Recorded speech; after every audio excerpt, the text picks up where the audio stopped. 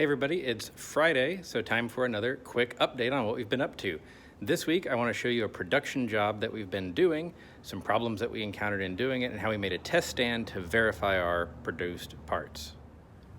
So these are georods, and they've got multiple seismic sensors in them. So you can see there's 4 geophones, they're called, that measure seismic energy. These are often used in what's called active source seismology, where we send energy into the ground through the strike of a hammer or a large truck that vibrates, or even explosives like dynamite.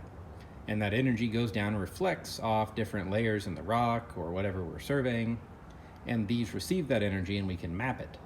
So this is what's called a subsurface mapping technique.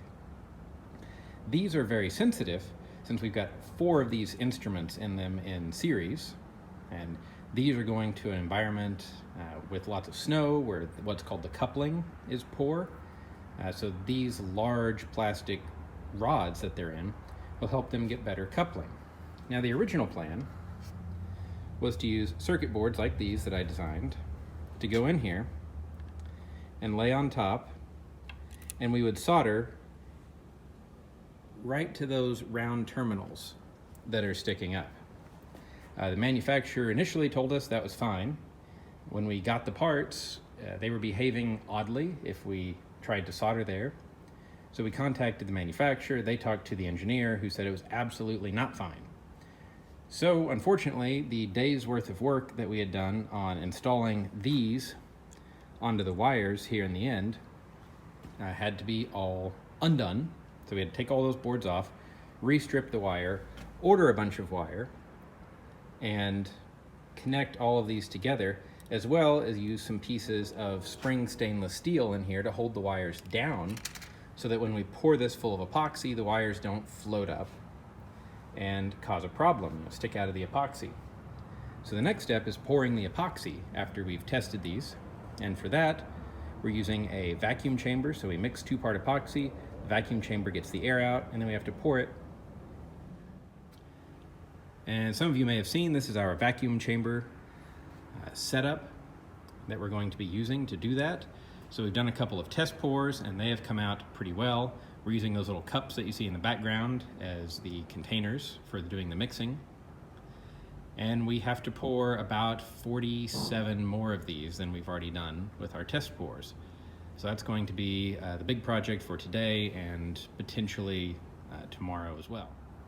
Now for testing, we needed some way to make sure that these work, because once we epoxy them, they're basically permanent. So I made this little test stand. It could certainly be improved, but it's been working pretty well for us. So I wrote some software here using LabVIEW. And so we just say that we're going to do a test. It asks if this is a pre-epoxy, a final after the epoxy, or if it's a dummy test. Then we take our barcode scanner, and on the back side of the georods, a little hard to see here, there's a barcode. So you scan the barcode, and now it says place metal ball. So I take a ball bearing, and what it's done is turned on an electromagnet. So that power supply back there and this transistor switch turn on that magnet. This is the hardware that's doing the data collection and the control connected to the computer. So you see that ball is suspended above a tube,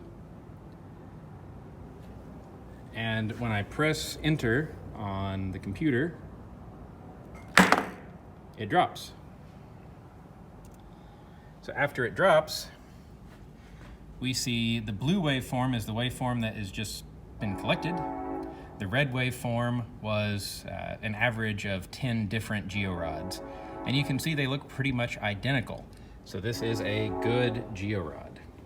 And we're also going to test with a smaller source, a smaller ball bearing, because this one pretty much maxes out the displacement of these geophones.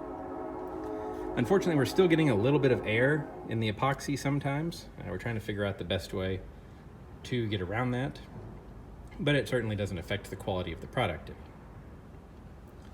So that is our little test stand for georods. We have 53 georods made, and we need to get them all epoxied, tested. Once the epoxy sets, which takes 24 hours, we're gonna let it set over the weekend. They will go into some giant Pelican cases on wheels, get palletized, wrapped up and strapped down. Then they'll get on a truck.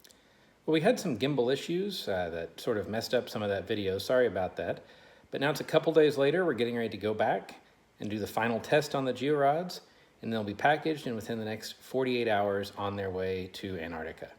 So thanks for watching this weekly update. Stay tuned for more updates and some bonus content that's coming along.